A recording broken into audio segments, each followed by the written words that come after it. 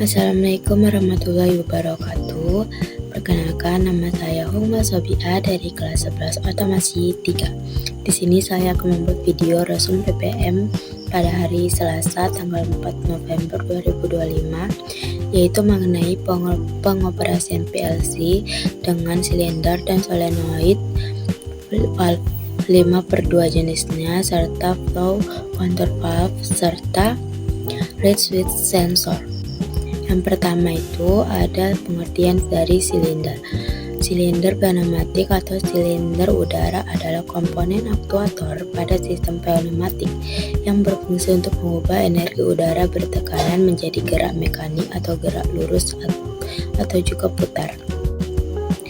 Fungsi dari silinder ini mengubah energi udara bertekanan menjadi energi gerak.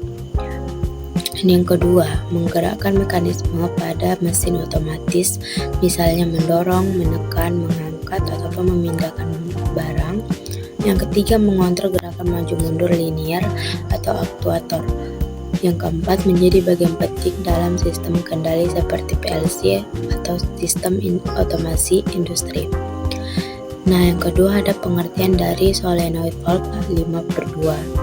Nah, solenoid valve 5/2 adalah katup pneumatik yang memiliki 5 port dan 2 posisi yang dikendalikan secara elektrik menggunakan kumparan elektromagnet atau solenoid. Nah, katup ini berfungsi untuk mengatur arah aliran udara menuju dan dari silinder pneumatik, biasanya tipe double acting cylinder. Istilah 5/2 yaitu 5 port lubang, di mana 1 sebagai masukan, 2 sebagai keluaran ke silinder, yang keduanya lagi lubang pengembuangan udara, dan juga terdiri dari 2 posisi, yaitu 2 kondisi kerja, 1 saat solenoid aktif dan 1 saat solenoid non-aktif. Nah, lanjut fungsi solenoid valve itu yang pertama mengatur arah aliran udara untuk menggerakkan piston maju dan mundur.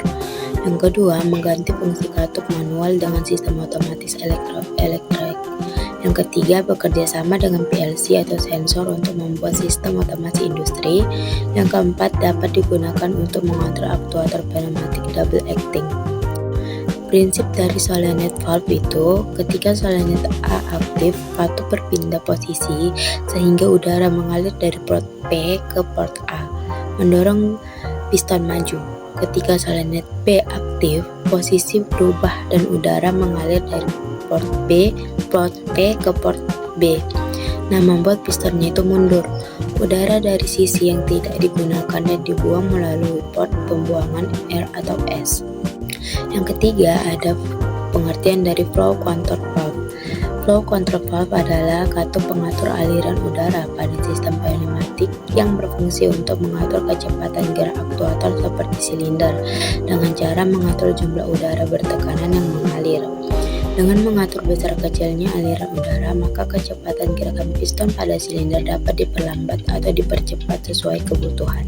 Nah, fungsi dari flow control valve itu yang pertama mengatur kecepatan gerak piston pada silinder pneumatik, yang kedua menghemat penggunaan udara bertekanan dengan mengontrol jumlah aliran udara, yang ketiga menstabilkan gerakan aktuator agar tidak terlalu cepat atau tersentak, yang keempat melindungi komponen sistem dari tekanan udara yang berlebih, yang kelima mengatur waktu kerja sistem agar sesuai dengan urutan atau siklus otomatisasi.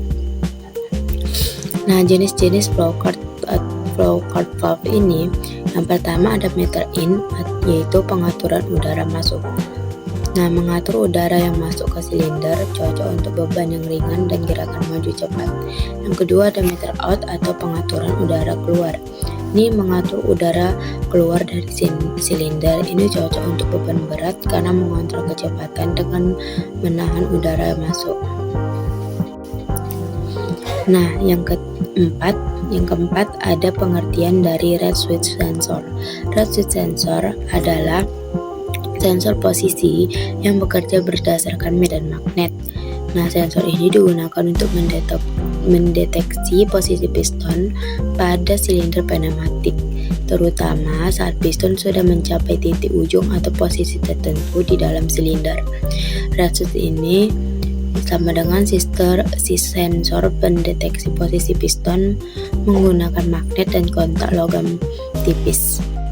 Fungsi dari red switch sensor itu yang pertama mendeteksi posisi piston dalam silinder pneumatik, yang kedua mengirim sinyal ke controller atau PLC, yang ketiga menentukan posisi akhir gerakan, yang keempat menghentikan atau memulai proses berikutnya sesuai urutan kerja, yang kelima meningkatkan keselamatan dan posisi sistem otomatisasi.